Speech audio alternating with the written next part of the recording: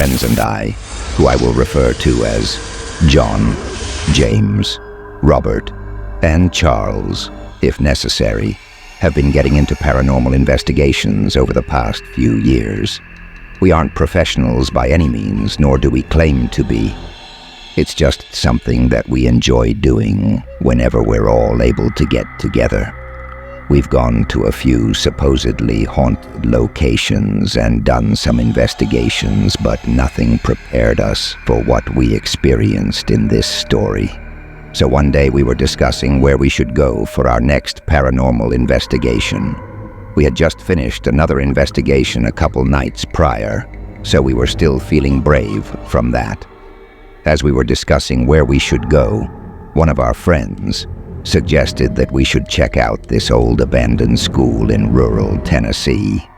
We had heard stories about this school from videos on YouTube and from just online searches. If you know the story about the boy who was bullied to death and buried underneath the floorboards, then you'll know what school I am referring to. If you don't know the story, then I'll give you a brief summary. A young boy was cornered in the boys' bathroom at this school by a bully. The bully beat him up so badly that he ended up succumbing to his injuries and died on the spot. The bully, in a panic, realizing what he had just done, decided to pull up some of the floorboards with his pocket knife and stash his body underneath them. Because of how brutal it was, it is said that something very dark and malevolent is said to haunt the school, as well as the boy. Some even speculate that this dark spirit is what drove the bully to take it too far and kill the boy. Now back to the story.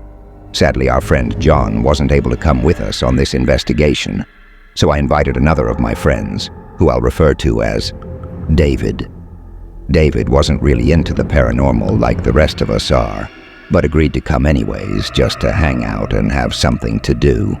So we all got into our cars and drove to this school, hoping to have some paranormal experiences and maybe even capture some paranormal evidence that we could show off online. When we got to the school, we quickly realized that the pictures and videos we had seen online did not do the real thing justice. It was creepy. The entire place was covered in shrubbery, vines, and graffiti. The windows had been busted out, and the doors were off their hinges, presumably from all the local kids looking to get a rush by breaking into and exploring a creepy, abandoned school. We walked around the school and eventually found the entrance to the basement, which apparently you are not supposed to go into, especially the boiler room. Not just because the whole building was on the brink of collapse, but also because that's where IT primarily lives. So of course that's one of the first places we wanted to go. We walked around the basement and did some exploring, just to survey the area and to get a better idea of where we wanted to begin our investigation. We eventually did find the boiler room, and at first glance it didn't seem like anything special. Just some broken down equipment, graffitied walls, trash thrown all over the place, and a random school chair sitting in the corner. James laughed and made the comment, "Must not be a very powerful spirit if this is where it has to live." We all let out a little chuckle in agreement and continued on our way through the basement. Thinking back now, that may not have been the best comment to make about this thing and its home. We exited the basement and went into the main area of the school. The main area wasn't any better than basement. Graffiti and trash were everywhere. The ceiling was falling in, and the floor was collapsing in some areas. We explored the halls, some classrooms, the gym, and we even found the bathroom where the bullied boy was supposedly buried underneath the floorboards. After exploring for a little while longer, we decided to start our investigation. We set up a couple cameras, motion sensor lights, and voice recorders in some of the classrooms, the hall, and the bathroom. As we were doing our investigation, 3 of us were in one of the classrooms, while myself and David were in the hall right outside. The 3 of us that were in the classroom were playing around with some dowsing rods and a spirit box.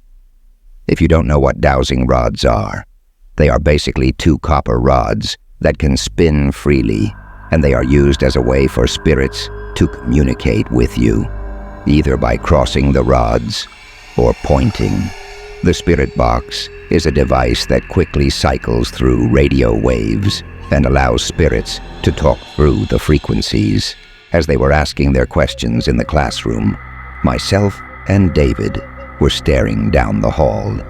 At the end of this hall is what we assumed was a staircase, but we couldn't be too sure because we couldn't reach that area due to the floor having collapsed. As myself and our friend were looking down this hall, we heard a loud bang come from the far end where this staircase was. We quickly shined our lights in the direction of the noise, but we didn't see anything. We kept watching for a minute, just in case something or someone came out. But after a couple minutes of nothing, we just assumed it was an animal or something. Eventually, I made my way into the classroom with the others while David stayed in the hall. As we are asking our questions and hoping for a response through the dowsing rods or spirit box, I noticed David in the hall. He was ghostly white and fixated on the area where we had heard that noise prior. I asked him, "What's wrong?" To which he says, "I don't want to freak you guys out, but I swear I just saw someone poke their head out from around the corner and look right at me." We were all kind of like, "Oh, it's probably just your mind playing tricks on you." But he was still very insistent on what he saw. Now we had seen and heard things during our investigations before, but something about the way David looked had us all a little spooked. David insisted that we should move on to another area, so we obliged him and went back to the main foyer where we had entered. We were standing there talking about where we should go next, when we hear what sounded like a child's laugh coming from the classroom where we had just been. We all instinctively shut up and froze in place. Finally, our friend Robert broke the silence. What was that? Eventually, James built up the courage to go see what it was. He started making his way back to the classroom when something told me that it wasn't safe for him to go back in there. I quickly grabbed his arm and said, "I don't think that's a good idea," to which he brushed off and proceeded to head towards the classroom. A split second later, we heard a loud crunch and a crash come from the room, so we all ran to see what it was. When we reached the classroom, we were horrified to see that the floor had collapsed right where we had been standing moments earlier. Had something not told me that it wasn't safe, I wouldn't have grabbed James's arm, and he probably would be at the bottom of the school right now. If not dead, then very hurt. As we stood there in shock of what had happened, we began to feel very grateful that the floor hadn't collapsed while we were all standing in there. We decided that that was enough of the classrooms, and we made our way into the gym. The floors felt much safer in there. We continued our investigation, and thinking back now, we should have left after our friend almost died. But we were dumb and wanted to go on. I took the dowsing rods and began asking those generic questions. Is anyone there? Can you tell us your name? Etc. Eventually I asked the question, can you point to where you are? And to my surprise, the rods pointed in the direction of the darker corner of the gym. Guys, come here, I shouted to my friends. I'm getting responses. As my friends came closer, the rods began to move as well. Now they weren't pointing in the corner anymore. They were following James. Now might be a good time to mention that this is the same guy who almost fell through the floor, and the guy who made the sly comment in the basement about this thing's home. I'm not saying that he was being targeted by this thing, but it sure seemed like it at this point. No matter where he moved, the rods followed him. He went left, they followed. He went right, they followed. He ran around me, they followed full circle. This creeped us out beyond belief, so we wanted to know why the rods were following him. As we asked our questions as to why the rods were following him, someone eventually asked, "Are you mad at him?" And then, in an instant, the rods went straight and unnaturally still, and the room fell quiet. So quiet, in fact, that it was as if we had all fell deaf instantaneously. I got this insanely bad feeling, as if something very evil had just entered the room. A few seconds later, I felt something strong physically grab the ends of the rods in my hands.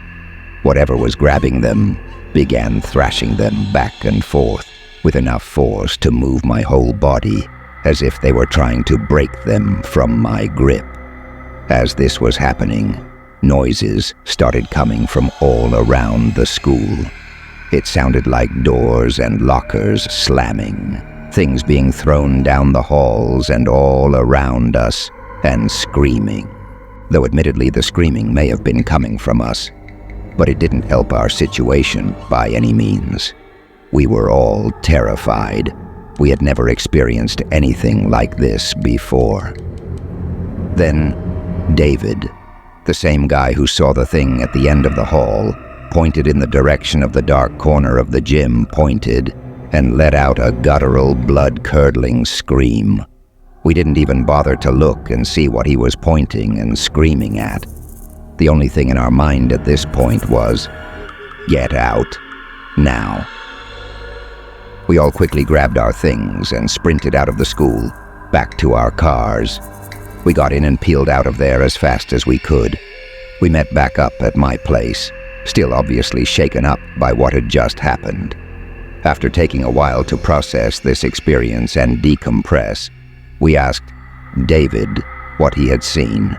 He tells us that as everything was going on, he looked into the corner of the gym and saw something horrifying. He described seeing a massive thing, probably 7 feet tall, standing in the corner. It had unnaturally long arms that were spread out wide. Its head had long devilish horns, and its mouth was open so wide that you could probably fit your head into it. He said on top of that, though, on its unusually large mouth, was a smile, more evil than you could ever imagine. Knowing that something like that was so close to us was bone-chilling. In my opinion, we were lucky to make it out alive. We've never returned to that school and have no intention on ever going back.